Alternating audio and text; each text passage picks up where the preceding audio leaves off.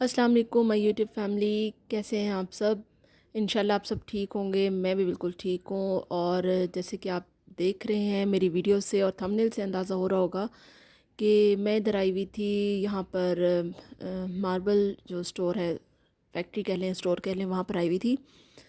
तो यहाँ पर मैं डिज़ाइन देखने आई हुई थी अपने किचन का जो टॉप होता है, स्टोव टॉप, काउंटर टॉप, उसके लिए। क्योंकि जो है वो आपने मेरी पिछली वीडियोस में देखा होगा, जो देखने वाले हैं, कि वो जो है मेरी वो पहले से टाइल्स लगी हुई थी, क्योंकि वो बहुत पहले की बनी हुई थी और वो अब काफ़ी ज़्यादा टूट चुकी थी। तो मैं अब उसका काउंटर जो है ना अब चेंज करने वाली थी।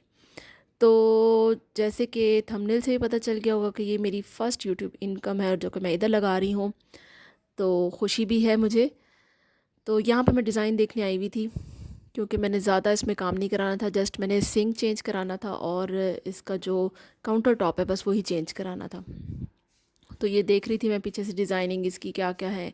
इस तरह की ये लॉन्ग टाइल्स भी थी जो कि काउंटर के पीछे लगती होती हैं। और ये यहाँ पर कुछ बने हुए थे पहले से, उन्होंने जो डिज़ाइनिंग के लिए होता है कि आप देख लें किस तरह से लगता है। सिंक और जो काउंटर टॉप है वो बना के उन्होंने डिज़ाइन के लिए रखे थे कि आप उस तरह से पसंद कर लें। और उन्होंने इसके अंदर जो है ये स्टोव भी फ़िट किए हुए थे और हुड भी फ़िट किए हुए थे, ताकि आप देख लें कि आपका लुक किस तरह से लगेगा। एक ये प्लेन ब्लैक में था और ये जो था ये चिप्स प्रिंट जो है आजकल बहुत इन है, उनमें ये दो डिज़ाइन तो है वैसे बने हुए थे। तो मैं ब्लैक में तो बेसिकली नहीं लेना चाह रही थी, क्योंकि उसमें डस्ट बहुत आ जाती है प्योर ब्लैक में। तो मैं कुछ प्रिंटेड में ही लेना चाह रही थी। और ये हमें जो है ये स्टोव भी दिखा रहे थे। तो स्टोव का तो मेरा इरादा नहीं था, क्योंकि मेरे पास ऑलरेडी जो है कुकिंग रेंज था, तो इस वजह से मैं स्टोव लेने का इरादा तो नहीं था। बहरहाल डिज़ाइनिंग मैंने कहा आप लोगों के साथ शेयर करूँ ताकि आप लोग भी देख लें। ये हुड थे, इलेक्ट्रिक हुड, जिनकी रेंज जो थी 18-20 थाउजेंड से स्टार्ट होकर 60 तक जा रही थी। और जो ये स्टील के थे स्टोव, इनकी 11,000 थी, और जो शीशे में ग्लास में थे उनकी 13,000 थी। और जो ये सिंक थे ये भी 11-12 थाउजेंड की रेंज में थे। तो ये मेरे किचन का है फर्स्ट लुक, जो पहले था बिफ़ोर कह लें, और ये है आफ्टर। ब्लैक प्रिंटेड में मैंने जो है इसका काउंटर टॉप बनवाया। ये देखें, ये इसकी जो है ना ये टाइल्स लगी हुई हैं पहले की। तो जब ये घर बना था 2006 में, तो मेरी शादी हुई है 12 में, तो ये इस तरीके से था। लेकिन ये जो बाद में इसकी कैबिनेट्स वगैरह ये मैंने बाद में बनवाया।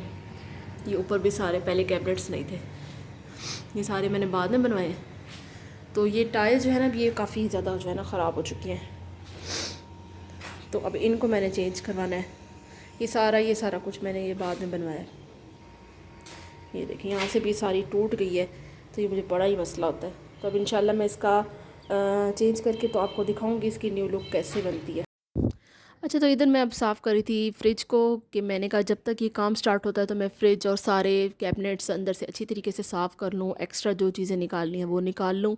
क्योंकि जब उसके बाद काउंटर लगता है तो वो इस कदर बाहर की सफाई का मसला हो जाता है कि अंदर की सफाई आप अंदर चीज़ों की आप कर नहीं सकते।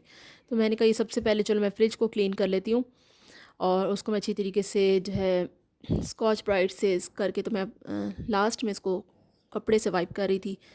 तो फ्रिज ये क्लीन हो गया था। उसके बाद जो काउंटर के अंदर कैबिनेट्स हैं उनको मैं रीअरेंज कर रही थी कि एक्स्ट्रा चीज़ें भी निकाल लूँ और अच्छी तरीके से अंदर से सफाई भी कर लूँ। तो ये इस तरीके से एक मैंने यहाँ पर छोटी बास्केट रखी हुई थी, जिसमें एक्स्ट्रा जो पैकेट मिसाले होते हैं तो वो मैं इस तरह से बॉक्स डब्बों में डाल के ना तो ऐसे रख देती हूँ। क्योंकि वो अगर आप पैकेट में रखें तो खुले होने के बाद जैसे ना उनकी खुशबू मुझे ऐसे लगता है कि उड़ जाती है। तो इस तरह से मैंने ये सारा सेट कर लिया। तो फाइनली जी ये डिज़ाइन जो है आ गया है घर में, क्योंकि वो नाप कर गया था और कटिंग करके जो है फिर वो रख गया है। और नेक्स्ट डे आके उसने सेट करना है, सीमेंट वगैरह भी वो दे गया है। तो मैं इसलिए उनके आने से पहले जो है सारे जो अंदर के हैं कैबिनेट्स उनको क्लीन कर रही थी। तो ये मैंने प्याज़ों वाली जो है ये एक टोकरी भी है, मैं नई लेकर आई थी। मैं इसको ताकि अंदर ही सेट कर दूँ, फिर बाहर कुछ भी नहीं रखना चाह रही थी।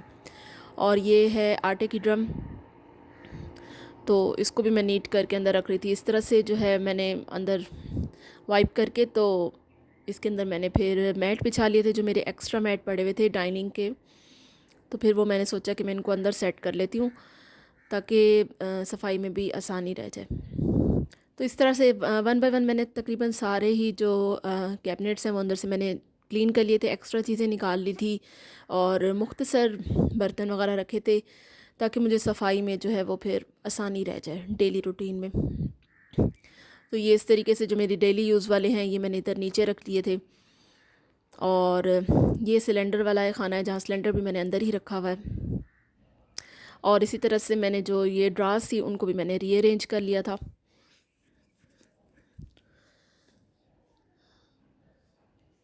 तो ये सारी सेटिंग होने के बाद, क्योंकि मुझे पता है कि और ये जो एक यहाँ पर मेरा रखा है माइक्रोवेव ओवन, तो इसको हमने थोड़ा कट करवाया ताकि काउंटर जब ऊपर आए तो वो इसके अंदर जो है वो फंसे ना, तो इसकी थोड़ी सी कटिंग करवाई थी।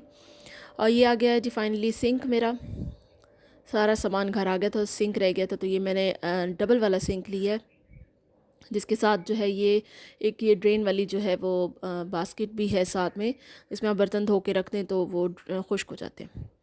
तो अब मैं क्या कर रही थी कि जो बाहर वाले सारे कैबिनेट्स हैं उनको मैं अच्छी तरीके से साफ़ कर रही थी। ये ऊपर जो है ये देखें ये लग चुका है काउंटर, और जो सीमेंट से क्योंकि लगाते हैं और वो सारा सीमेंट जो है वो कुछ निशान पड़े हुए थे, क्योंकि मैंने कहा वो खुश्क ना हो जाए, खुश्क होके जो है वो साफ़ नहीं होते, बहुत सख्त हो जाते हैं। तो जैसे ही वो मिस्त्री गए थे तो मैं उसी टाइम ही तो मैंने कहा फ़ौरन सफाई की जाए। और ग्लव्स मैंने पहने हैं क्योंकि मेरे जो नेल्स हैं वो बहुत ज़्यादा जो है वीक है, पानी से जो है वो फिर टूट जाते हैं फ़ौरन। तो ये मैं जो है कुछ कपड़ा मार के तो उसके बाद फिर मैं ब्रश से इसको साफ़ करूँगी। लेकिन उन्होंने बहुत अच्छा साफ़ सफाई से काम किया था, इतना ज़्यादा मेरे कैबिनेट्स ख़राब नहीं हुए थे। मैंने इन पर वैसे भी जो है शीट्स डाल दी थी नीचे वाले कैबिनेट्स पे, तो वो बचत हो गई थी, कोई सीमेंट नहीं गिरा था। ये कुछ जो थोड़ा सा है नीचे, तो ये जी इस तरीके से। और कुकिंग रेंज का भी हशर निकल गया। तो ये सारी जो है मैं अब क्लीनिंग करूँगी। तो अभी तक ये देखें डस्ट, आप देखें ऊपर से किस कदर ज़्यादा डस्ट है, क्योंकि वो सिंक फिट करके गए थे। उससे नेक्स्ट डे जो मैंने सफाई कर ली थी, इस बार नेक्स्ट डे सिंक फिट हुआ था, और दोबारा से जब वो ग्राइंडर चलाते हैं तो बहुत ज़्यादा जो है वो मिट्टी उड़ती है। तो आप ये हशर देख सकते हैं, फ़र्श का भी और काउंटर टॉप्स का भी।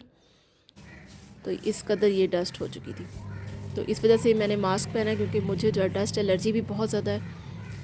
तो मास्क पहन के जी झाड़ुएँ लग रही हैं। और ये हशर देखें आप, क्योंकि एक दिन पहले मैंने सफाई की थी, उसके बाद फिर इससे ये गंदा हो गया, तो मैं इसको अगेन जो है मैं सफाई करने लगी हूँ।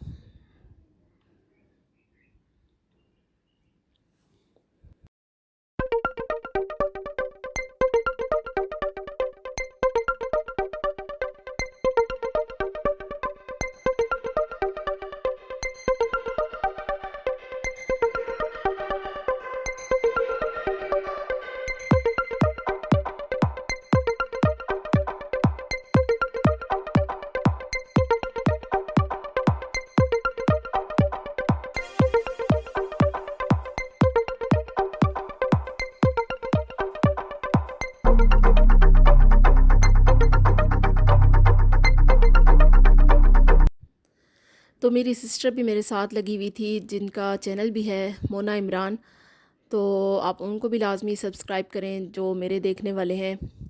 तो वो भी मेरे साथ ही लगी हुई थी सफाई में। तो उन्होंने सारी विंडोज़ जो हैं वो ब्रश से साफ़ की। तो मैं ये जो नीचे वाले हैं काउंटर, उनके जो डोर्स हैं उनको मैं ब्रश से जो है साफ़ कर रही हूँ। काफ़ी ज़्यादा उस पर डस्ट आ गई थी और निशान भी आ गए थे, तो मैंने कहा फाइनली इसको नीट ही कर लिया जाए अच्छी तरह से ही एक साथ, ताकि फुल नीट लगे।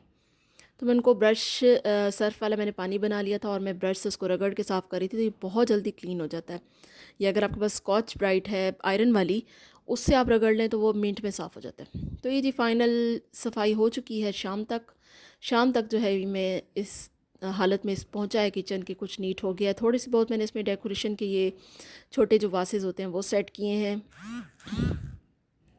और काउंटर मैंने बिल्कुल क्लीन रखा है, बर्तन सारे अंदर रखे हैं। और एक छोटा सा ये रैक में लेकर आई थी आयल बॉटल के लिए। तो ये जी फाइनली लुक है। अभी इसमें पर्दे भी लगने हैं और अभी माइक्रोवेव ओवन भी फिट होना है इधर ऊपर। तो ये शाम तक कुछ इस हालत में पहुंचा है किचन। और मैं चाय भी साथ में बना रही हूँ, और इस सिंक भी फिट हो गया है और टैप भी लग गई है। तो ये फाइनली इस तरह में पहुँच गया। तो आई होप आपको मेरी वीडियो पसंद आई होगी। Thums up. अल्लाह हाफिज़।